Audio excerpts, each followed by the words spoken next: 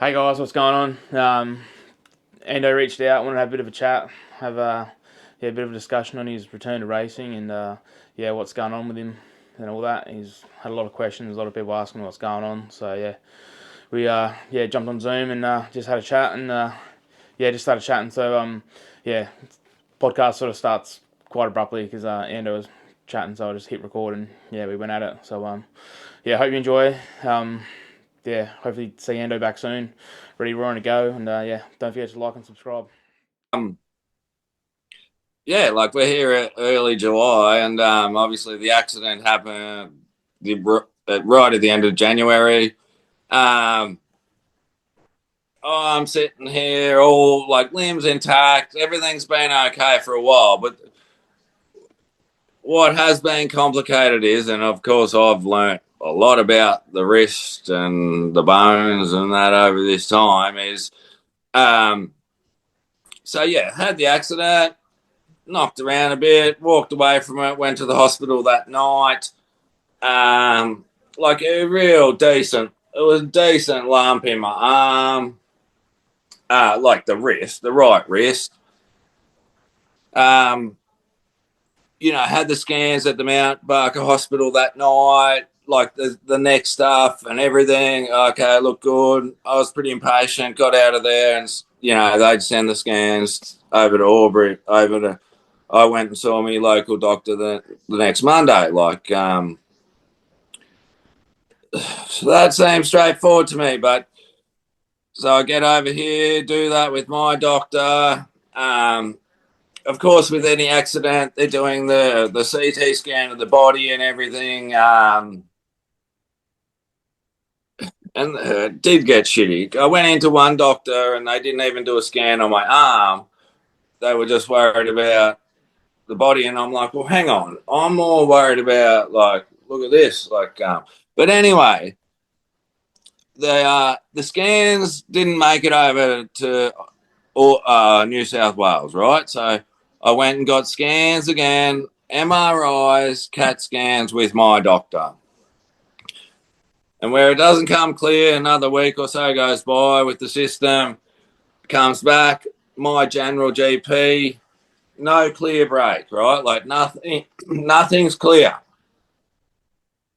But I'm in a bit of pain, like random pain, I had trouble twisting stuff and just a random accident. So anyway, are you happy to refer me onto a specialist?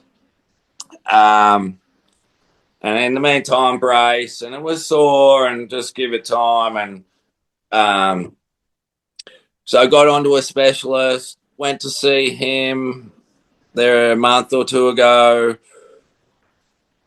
Um, he wanted his own scans, MRI again. Go in, and yes, nothing clear, nothing, like no clear break, right? And I've never had broken bone. I've had a couple of fractures. No clear break, nothing. But they're not saying nothing's wrong, but they all say very complicated in here. Yes, you have one or two big bones, but yeah, heaps of tendons, heaps of things going on here. You know what I mean? Like to your fingers, to your neck, to your elbow. So um, saw the specialist here. He was like, "Okay, you got two ways to go. You're either grin and bear it. You might be okay," because I explained my racing and everything. I said I need to get going again in another 2 or 3 months. What do you think? I've done a bit of physio here, the normal physio. Things are going okay. I have pretty good grip strength, but there's some certain things that I was doing, like twisting a bottle or twisting, and it was causing me pain. So anyway, he says you either see how it goes.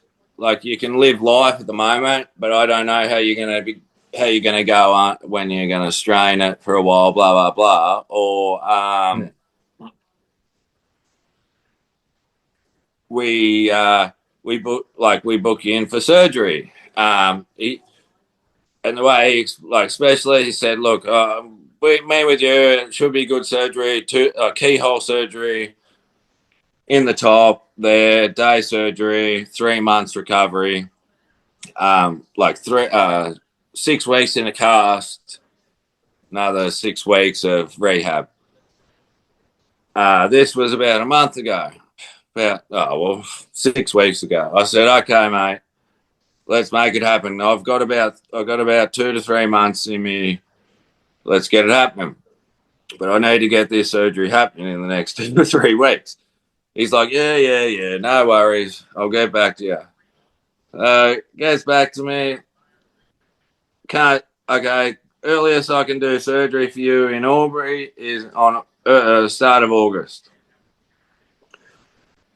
So then I'm like, man, that's pushing it for me. Like, it's getting too far away. This was a month ago.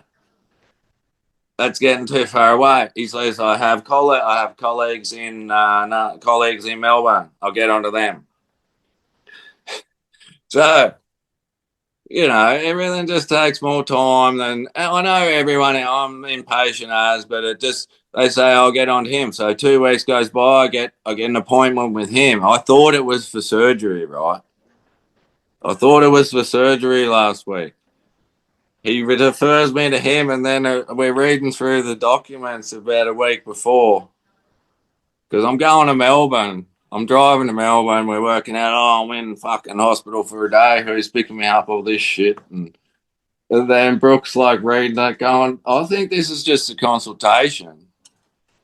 And I'm like, I was reading that too, but it can't be. Like the chick told me, you only be in for the this and that, and then I blow up there. And the next day I ring the reception, she's nice. And she's like, yeah, that's just for a consultation. Every doctor needs to see you. I'm like, well, this is my story. Like, I'm only coming down because they can't do it quick enough up here. Coming down. Anyway, that was last week, buddy. Went down, and this is where it gets. He's a good. He looked like I don't know. He was pro, but he's looking at the scans. He's looking at me MRI. He's like, now what is the issue? And I'm like, well, what do you mean? Like I said, I'm having trouble twisting, but nothing. I said, I believe I'm pretty good. I could fight now or whatever, but it's something I do the wrong angle. It's hurting. And I'm like, what do you see on the screen there? He's like, yeah, I can't see too much either. He said, I don't think, he's like, I think you do your season, like race your season, and then we talk about it after. And then I'm like, yeah, okay. And then he's like, let me have a look at him. Like, just like this on the table. He's like, relax. And then, like, he just, crack. Like, after a bit, just found, like, it's just killing me. I'm like, yeah, that's what's the wrong. And then he's like, I'm sorry, but I need to diagnose it. Went crack a few more times. And he said, okay, this is a concern for me. And, and then I'm like, okay. That's pretty much, that's my concern. So I leave, like I say to him, so what I got,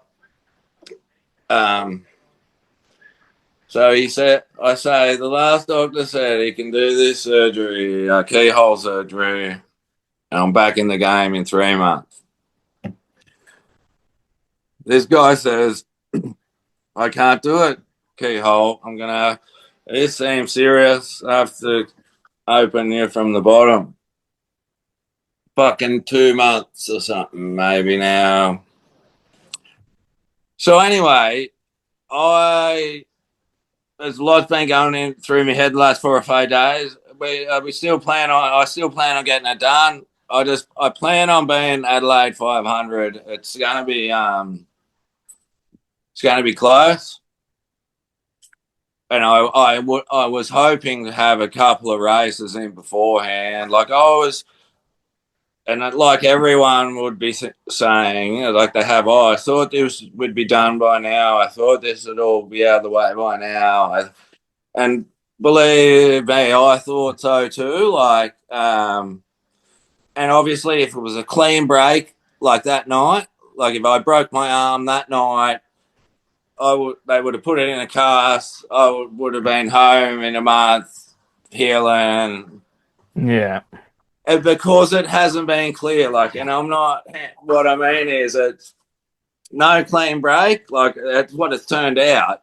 But obviously, then admitting things had happened, and you know, like the night when it did happen, you know, it was just it sprained it or whatever. Like, and I know what happened. Like my steering wheel's been all out of shape, and normally in a crash with us guys, yeah, always if you get in a crash, you know when it's gonna, and you pull your hands off the wheel, like. Yeah.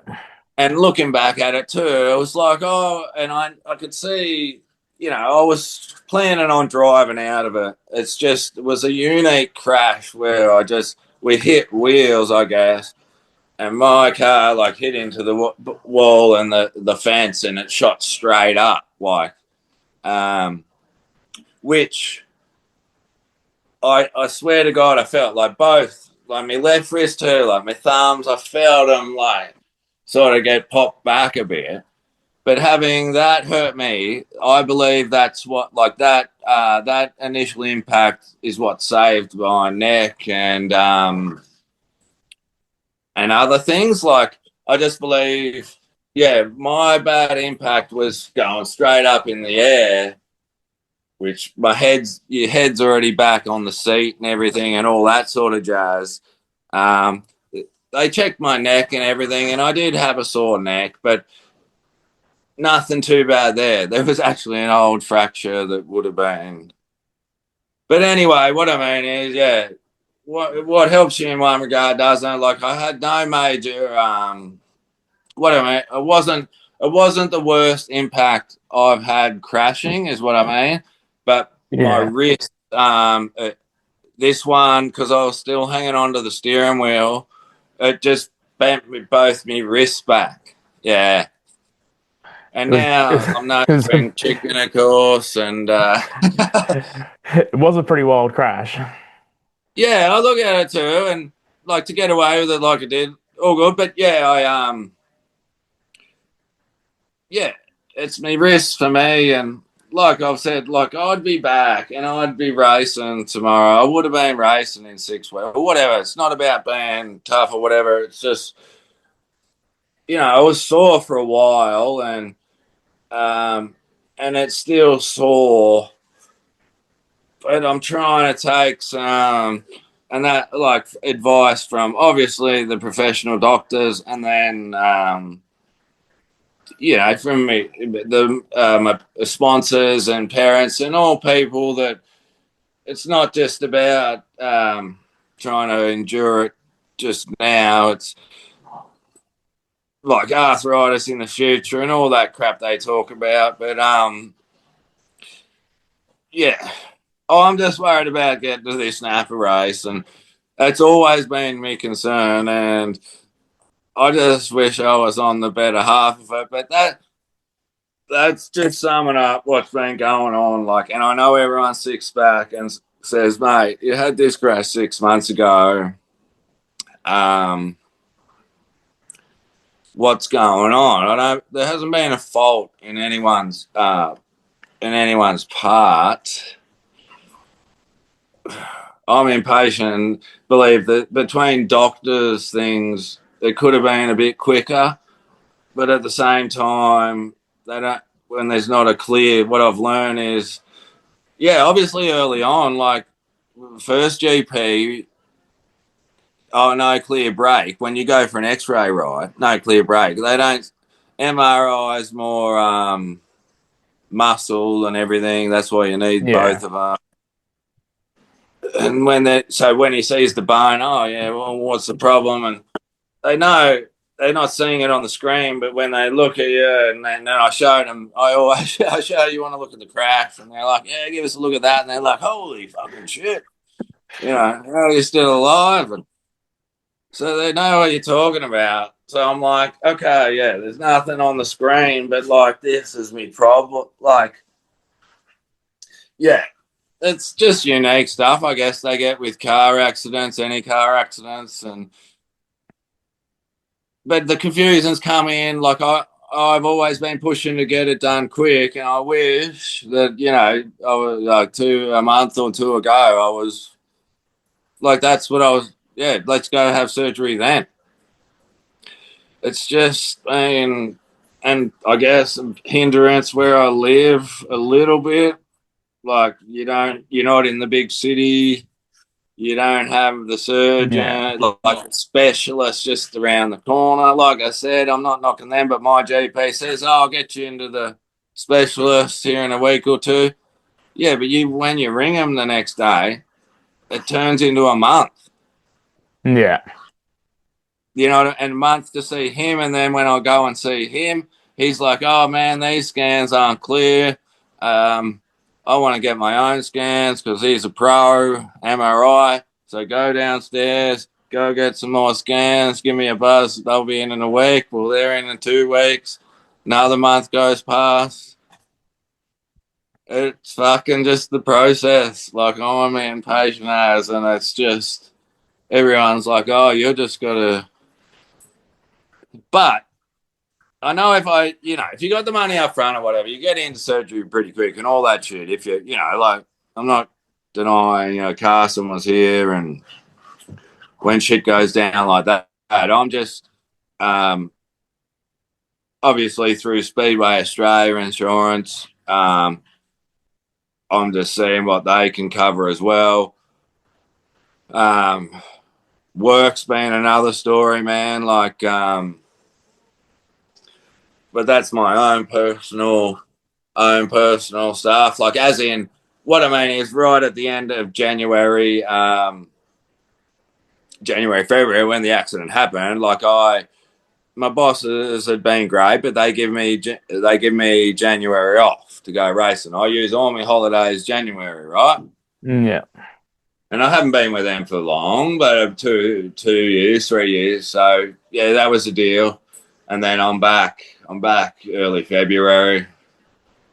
Well, so yeah, the accident happens then. They're all good. They give me a bit of leniency, but yeah, I got nothing up my sleeve. I go a month or so. I'm a mechanic by trade, like a fitter. That yeah, use my hands and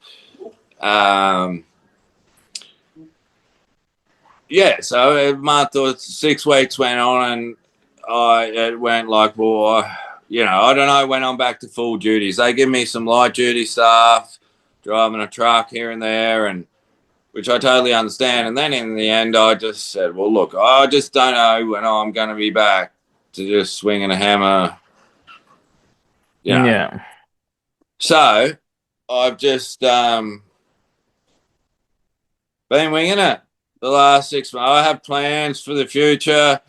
Obviously, very difficult going into a new job. The surgery thing's been set me back, but I've been making it work. But I just need to get this surgery done so I can get going forward with the racing, of course, then me job, and it's definitely been a roller coaster. But it's just got to be patient. So you're booked in for this surgery, and then what's the turnaround time? They're saying to old mate saying now 8 to 12 weeks, Right. but 6 weeks cast, which still let's get there, and then me being me, that I'll do what I'm told, but I'll be it's pushing it for November, middle of November, and Napa's start of November. So can you take the dogs into mum or something, please? Sorry. Hey, buddy. Sorry. Those are just these two staffies of mine. It's over here, just been fighting for 5 minutes. They're just like showing off. Did you see? You would have seen them when you come in. Yeah. And it's like, just anyway, all good. So that, yeah, that's where I'm at. Everyone's been asking me, because Napa's like I got some, oh, not redemption or anything. Like I love the joint. We did well there. I screwed it up at the end, but it's just a great thing for Australian speedway, sprint car racing. Just want to be a part of it. I'll be a part of it. I just hopefully I'm a decent fitness, but it, it it is was a what it cool, is. it was a cool event, eh? Oh yeah, and the lighting, yeah, it's just a great, and that's yeah, it's not all about the racing. It was great racing too, but just need it, yeah. Promo stuff, everything. There's so much entertainment out there in the world, in like competition, that yeah, just to combine it with, I've been to some VA Supercars events over the years, but would normally, I've not gone to that 500. Wouldn't normally go, and just to see how they run the event, like what show they put on. Like I know it's a V8 supercar show, but all the stuff going on around it, and then sprint cars to just be, a side one of those spectacles. Like yeah, that's what it needs to be, like a festival. I guess if we can hook up, if we could hook up with V8 supercars and do a festival thing for Australia, that might be the best thing. Yeah, yeah. I know I it's a mean, few people were ultimate talking. to me would be have 100 race World Series in Australia, but it's just not going to happen. Like it's just, but yeah, if we could do a 16, 20, 30, 16, 20 race show with maybe not every event with the supercars, but get in with a lot of them.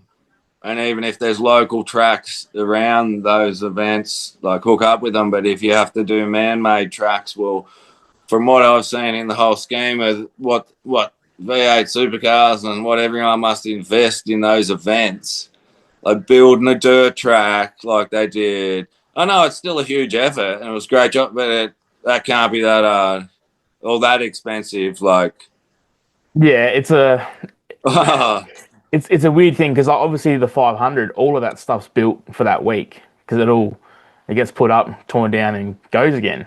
So it's it. I mean, the guys prove the point it can be done. So yeah. it's like yeah. I mean, like obviously there's other places around the world like Chili Bowl gets built and torn down. The dome for the late Yeah, models gets like built and torn down. and just to but in there, like we have a young guy helping us who's on Brad Jones's team, Fletcher. But anyway, so we got to go. Macaulay Jones was hanging out with us there, and we got to go over and hang out with them over at there. And yeah, just looking at like their telemetry setups, their I guess it's mini Formula One. But it's all mobile, like it all gets packed in containers and all that jazz. And then, yeah, the structure of that's what I don't get with. I know it must be expensive and everything, but bleachers like um, America seems to be, from college, from anything seems to be built on bleachers like their sports stadium. Bleachers, I just mean like stacked up, stacked up grandstands or whatever. And I get it. We didn't have that as much. We had grass on hills or whatever, and our speedways were always just you go around the outside. Whereas they were the way they were seemed to be structured, especially with speedways or racetracks, is like bleachers on the main straight. Yeah. You couldn't really get around the other sides. Like, but I know with stadiums, whatever bleachers, and I'm sure everyone's the go that these days, and I'm sure that's what Tolmer and everyone are looking at or whatever. It's just about raising. If you can't lower the stadium as such, you have to raise the spectator area. So um, I get it must be expensive, but I don't know why it's not a huge thing in Australia, like scaffolding, right? Like what I'm getting at, I'm not even talking about Tomo. They'll get that sorted out. Don't worry about that. You know that, and Yeah, they'll have that sorted. But I'm just talking about Avalon, like even Warrnambool, like even anywhere. Like I mean, I know the back straight at Warrnambool is like a nostalgic grandstand, but either side of that, like you're just putting bleachers in, like you're getting yeah, 20 rows high there, bro.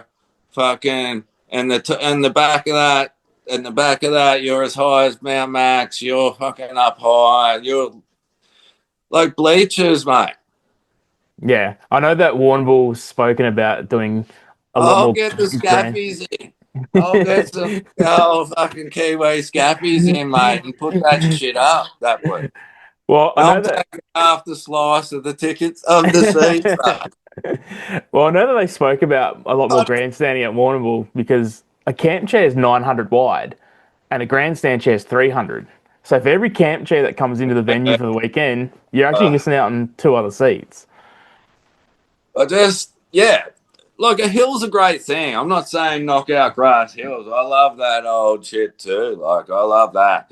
But to get elevation cheaply, um, and it's all about you trying to watch a stadium because like I'll keep thinking about it now because I've been building monster truck tracks and all this shit with my young bloke because he's right into Monster Jam and all.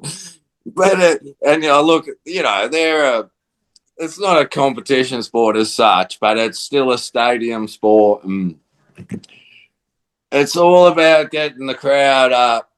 You're looking down; these guys are doing jumps, and speedway racing is just another entertainment, like a dirt track sport. But if you're down on the level, it's just not as great. Like that's why Murray Bridge is cool naturally. It's naturally cool Yeah. as shit. Some tracks that are naturally cool like that. You just can put some retaining walls in, seating, and up the hill. But if you have to man make a stadium, you got to get elevation in the seating pretty quick. Otherwise, you're just so limited on decent seating. I mean, Hmm. Geelong do a great job for what they have, but the crew, like the viewing area for the crew is no good. Like you're 2 or 3 deep or whatever, and I don't know how it is in the stands or whatever. Like it's okay, but and I get it. Like everything's money. But if he that back stretch there, that back stretch, even the front stretch, put 50 meters of bleachers in, Yeah. 20 deep, Well, 20 deep. I know there's a lot more at the 500 this year, so I know that they sort of learnt their lesson But as such you from got to last year. sell them. I know you got to sell them. Everything costs. I know everything costs. So and that's where I'm just rambling here. But that's where I haven't been to America for 5 or 6 years, and when I went on the Outlaw tour with the Roth guys in 2008, so that's like 17 years ago. That's what I noticed was every track we went to, it was more like okay, the crowd was on the main stretch or the back stretch, like they were just in one spot. Hmm. Um, yeah, it was more of a but they made that viewing area as best it could be for. Yeah, they made that the viewing area rather than okay, we open up the whole round part of the track, but you just sit. Yeah, it just depends. Like, Eldora's got both. You got green seating. Quinana's awesome. Those luxuries are what you want. Like Quinana's, like grandstands one side, hilly like retaining shit the other. That's all Yeah. perfect. That's all money. I'm just talking in general. that's what I believe is the first thing that not the first thing. Well, that's the next thing Tom was doing. Like, just don't worry about putting seating around the whole track. Just get one section. Same as, like, Warrnambool's done great with Mount Max, and that could have been, in the future, that could be all bleacher shit too, like real high shit. But now I reckon, like, work on, okay, the back, that back stretch or something, like, and yeah, to keep the history of that grandstand there, but either side of it, just pump that up. Yeah. Get it Yeah. higher the better, man. Like, that's what creates, and it's only, the Super Bowl, MCG, all that shit, grand final. You know why that's it? Like, it's just the people, it's the atmosphere, mate. Yeah. Coliseum styles. yeah, Bristol, yeah. Yeah. Yeah. Anyway, That's why the bridge does work very well in that regard. yeah, it's sick like that. Like, it's down, naturally down in a valley there, half hollow. Bacchus Marsh had it too. Like, had a natural hill there. That was all good. Sad things don't go ahead. Yeah, I don't know. I've got my opinion on all that stuff. I know it's not easy in the money, and it all comes back to our population, and it's just been harder for us old Aussies, mate. But there's still, like very well. We're and the Americans now appreciate us more and recognise us more, and we're definitely competitive, and they understand that we only race like a quarter of what they do, and Yeah. they understand our teams and our equipment and everything is just as good now. It's just that they're pros, like, and not everyone. It's only those 20 or 30 or whatever, 20 that we see out here a lot of that. And it's getting harder for them too. Like, yeah, it's going to be hard to make a living out of sprint car racing going forward, and always has been. And yeah, it's any sport, but yeah, it's going to be hard going forward. Yeah. I've even noticed probably some of the sponsorship seems to be drying up in sprint cars a little bit as well. Yeah. There's quite a few. There's some big teams over there. They've got some pretty bare cars. Yeah. And I don't want to be super negative, and it'll always survive, I believe, because of the madness and the purity of it, and like the true people, and even people that not into it, when they see it, they're like, yeah, it's very unique. But at the same time, it just, even in America, it just didn't make the level of NASCAR, Monster Jam, like Moto X or something, like, and I don't know why, because we all think it's the maddest, and it takes just as much skill, and all the guys that know about it from any other discipline. Everyone appreciates it. Like, yeah, I just don't know why. Like, initially it was like, it doesn't look good on TV and all this sort of jazz. But we've all overcome that. The Outlaws, High Limit, we all watch that. I believe they put on a great show. Yeah. Interacting with the drivers, we get to see the drivers, the teams. The open pit thing's awesome.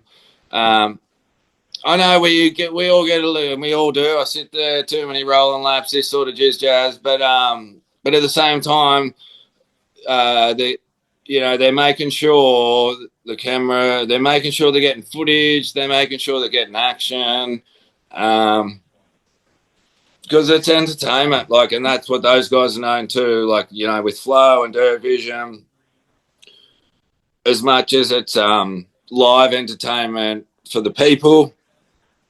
The modern world is they need to make a 3 hour show that people want to watch, like not a shit show, like not an amateur. Yeah, especially when you're trying to get new fans across, and there's just so much to compete with now, like so many other things to compete with that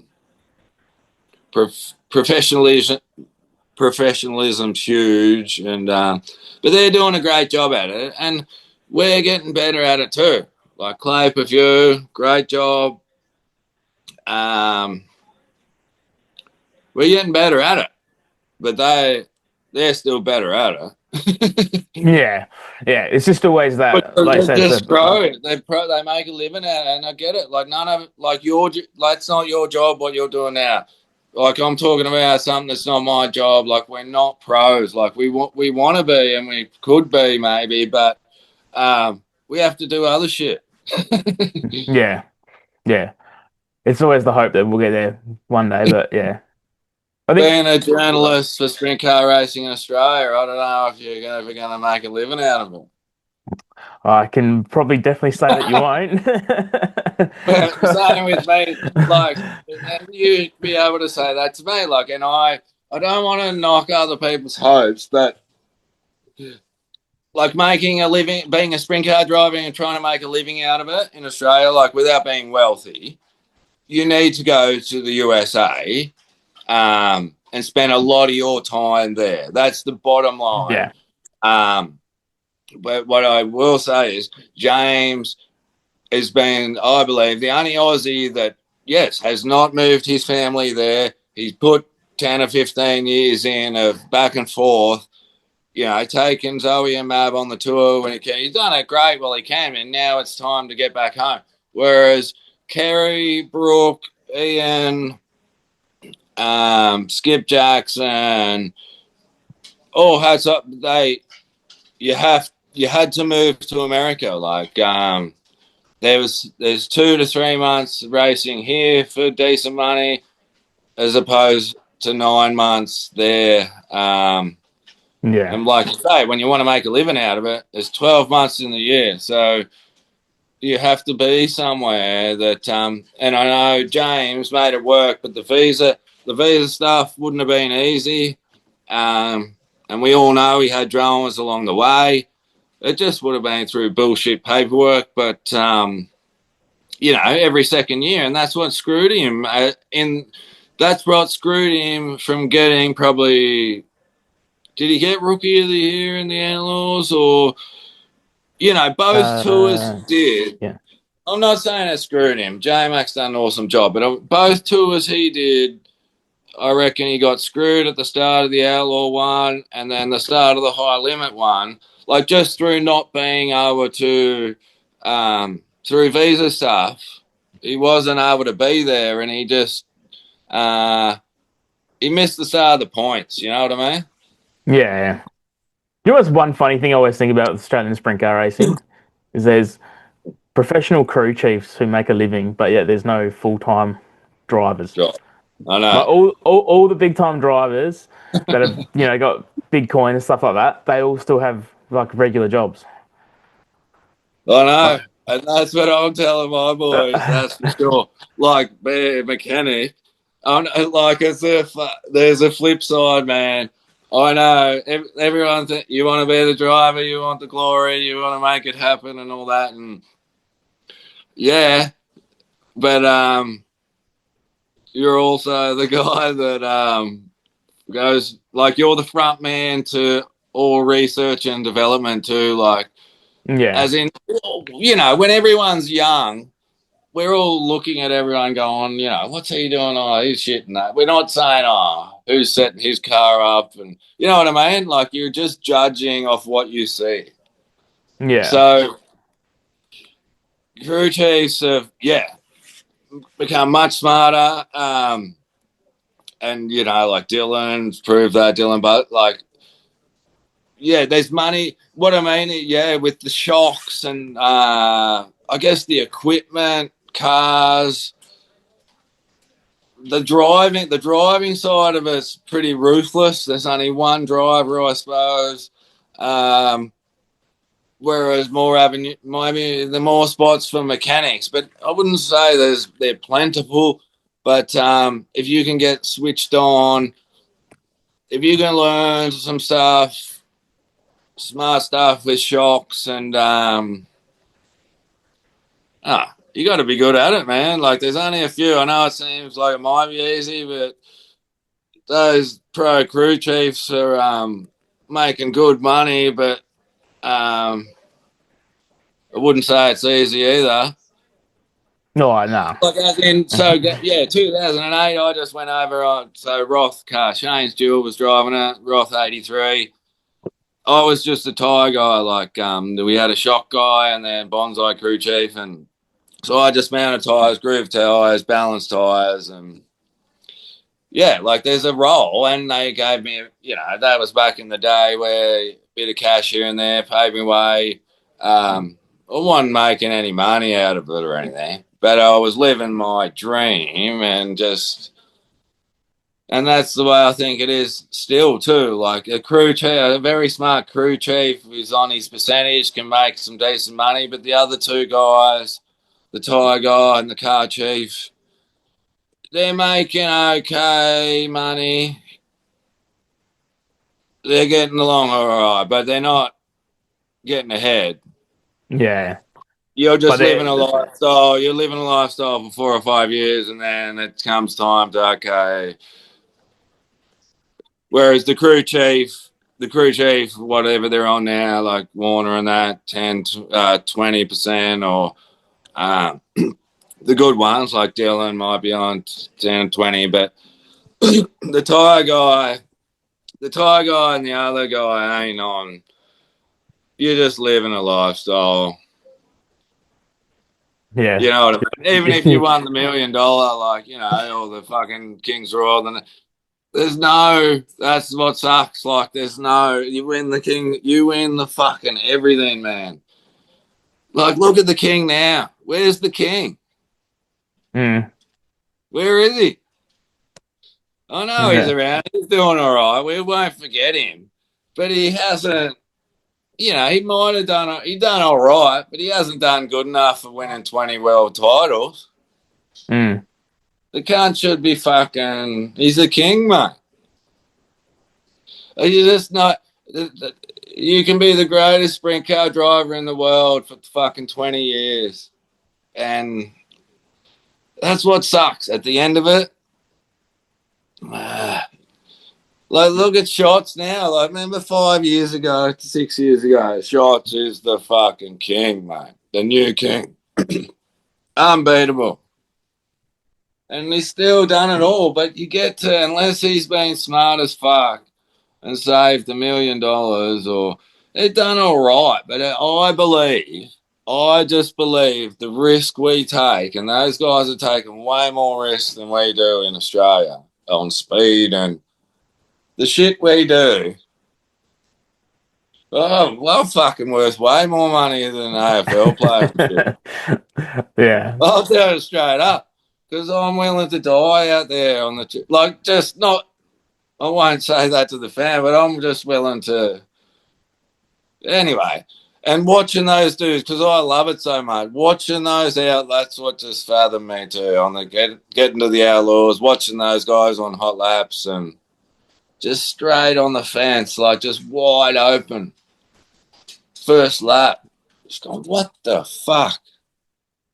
Yeah. Anyway, it's fucking madness because if you have to do it, you will appreciate that it's not that it looks cool from the outside, but to have the Yeah. confidence to do that, like this is just after the fuckers roll through there to warm up the engine. Like in America, hot laps is green, white, checker. Comes over the radio, fucking green, white, checker, fucking boom. First lap.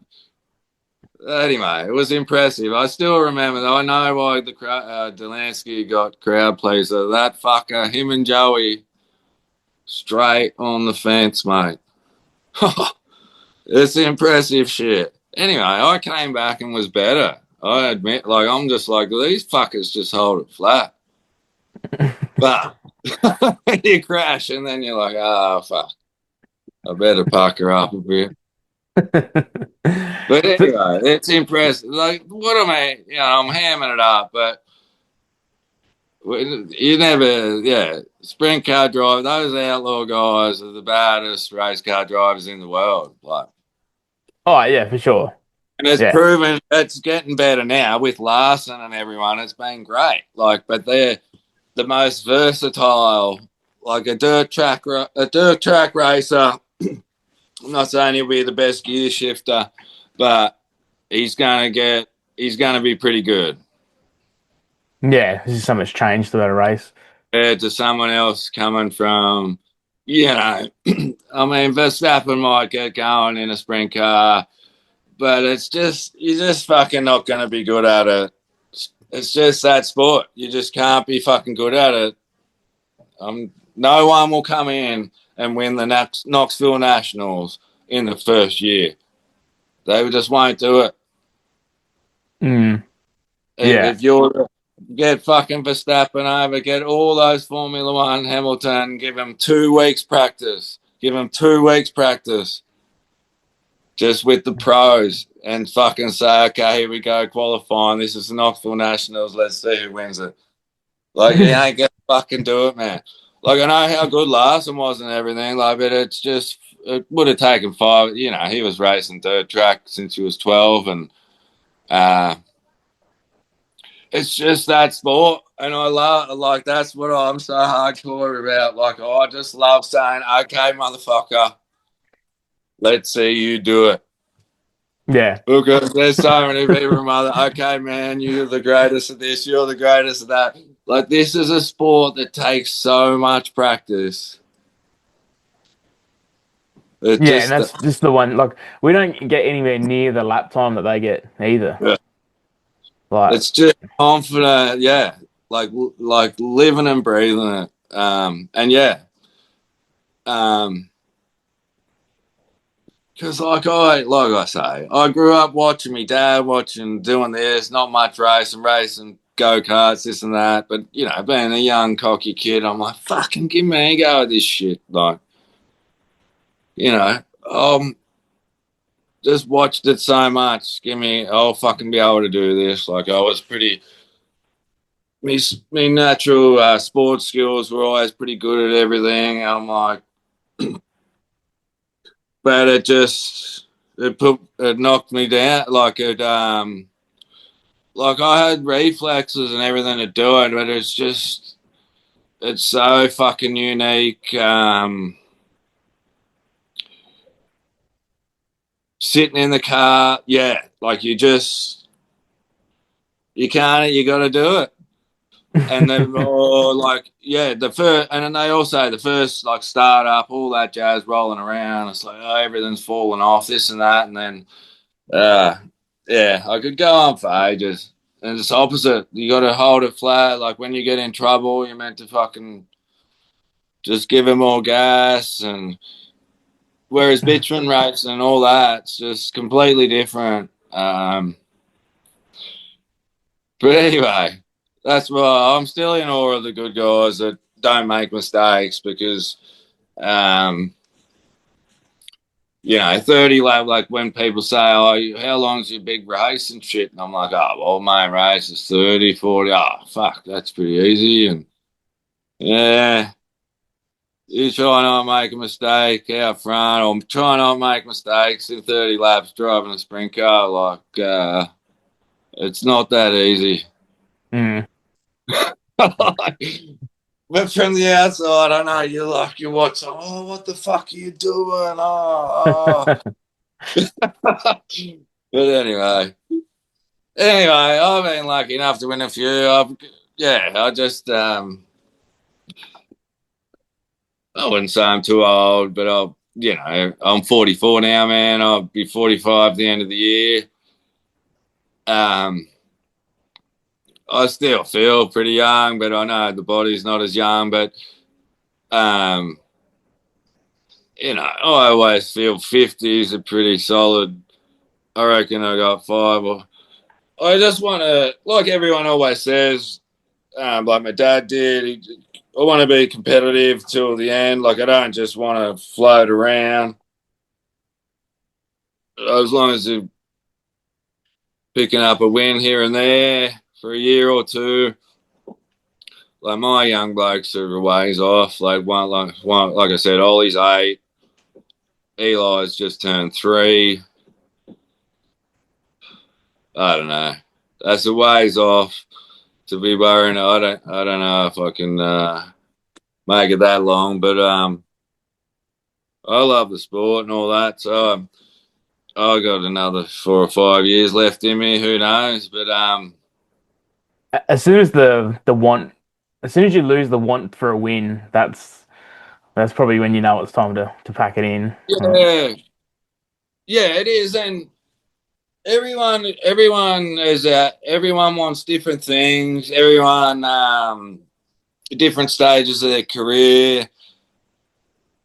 Um, what I mean is like, so, yeah, I wouldn't know what it's like to still like say you one thing's very young and like James and like to keep the desire up like when you've won everything as time goes on.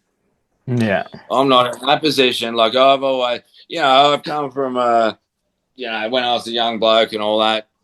I just want to win the classic Australia one, and then I eventually got to race a sprint car and done it all, but haven't won those races. But that was just things in my head. I'm still proud of the other big races I've won and all that. Um, but yeah, deep down, I suppose going back to a kid before I even started racing was fuck. I got to win the classic and all that sort of jazz, and I know that goes through everyone's head, and it wasn't easy for any of them. Like, it's a great accomplishment. Like, Veely, J Mac, all of them, they grew up the same thing. Like, just want to win that race, and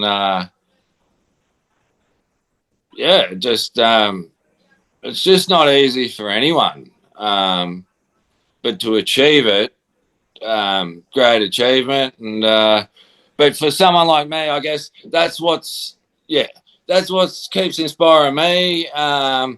And what I mean is, if I go through a season like this season of just barely making A mains, and then not, you know, people, going, what the fuck's Ando doing? Anyway, like I'll just know when my time's up. But every now and then, I still just, as long as, like you say, have that belief, the desire, and the work. Because as you well know, all the work's done in the garage with your team, all this shit no one ever sees to turn up to a track with a fast car. Like, yeah, the driver and the crew, we still have to make decisions on the night. But if your shit ain't together before you get there, you yeah, can have the best. You can have the best paint job, the sickest looking thing, roll it out. But if she ain't set up properly, you're not going to be any good. Especially these days, like of course, we all want to look professional and all that. But with that, if you want to stand out, you better be fast because everyone looks good these days. So, the amount of effort that goes in, as we all reiterate, money, time, yeah, it shows on the racetrack. So we've got the team, Craig and Josh, my guys, we've all got the same passion, we're the same age. We're all getting on, but we know our place. And we can beat them. And that's what, for a team like us, that's what keeps us going. Yeah. pick up a win here and there. We love the sport, but you want to be able to compete, and there's nothing better than competing at the big events. So we'll keep at it until. But I guess as time goes, like every year goes on, reflexes slow. Like, I'm confident I'll be right. Obviously, there's a hesitant, and, your wrist mightn't be any good anymore, but come on, mate. Thumbs down. I think Max, I reckon Max raced his whole career with a limp wrist. Like, he hit it. Yeah, anyway, you can't worry about those sort of things. You'll be right. Yeah, so that's what we're working on, mate. I'm hoping to be pretty good for Napa. So I'll put a few things out when it gets closer, but that's the plan there. Lots of people asking, and I'll just try to say that's why it's been complicated. It just hasn't been straightforward. Like I said, if it was a clear break, I'd probably be on the better half of it now. It's just been, it wasn't a clear break and all this other tendon stuff in there, and she's all complicated, mate. Oh, we've got plenty of racing over this way before Napa, so yeah, there'll be a few warm up races you'll be able to do on the way over. So yeah, we've got plenty around here just before it. So they'll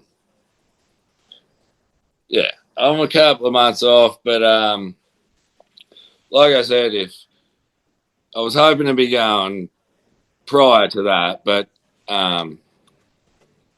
that's me sort of that's the first big one on the calendar. I think we got the jackpot there at Avalon prior to, and I was hoping to be going sort of the start of the Victorian season, but if that doesn't pan out, I just was hoping to be at that mid November, but who knows?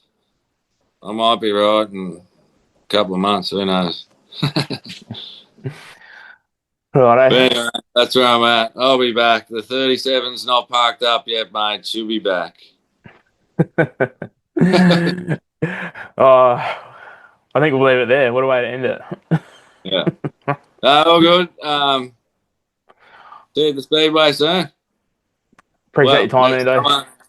I'll practice my golf game. Well, I'm off the golf tour here next week, I suppose, after surgery. That's why I've been playing heaps of golf. And now I'll be off the tour for a few months, I suppose. On the simulator, trying to do a bit of rehab, but you'll see me at the Speedway next summer. All right, can't wait. I'll see you there. All right, too easy. All right. See you, buddy. See you, mate.